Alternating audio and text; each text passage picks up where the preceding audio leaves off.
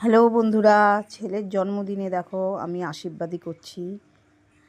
ধান দুব্বো দিয়ে এদিকে চন্দন দই দিয়ে ফোঁটা দিচ্ছি। দেখো রুপোর প্লেটে পায়েস রুপোর বাটিতে দিয়েছি, রুপোর প্লেটে দই দিয়েছি। আশীর্বাদীর পরে দই মিষ্টি পায়েস সব খাইয়ে দেব একে একে। দেখো ধান দুব্বো দিয়ে আশীর্বাদী করছি।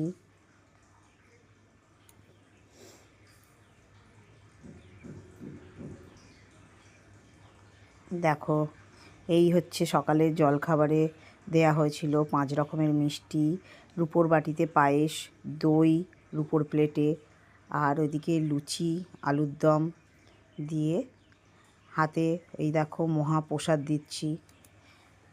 জন্মদিনের দিন আমি এটা দিই।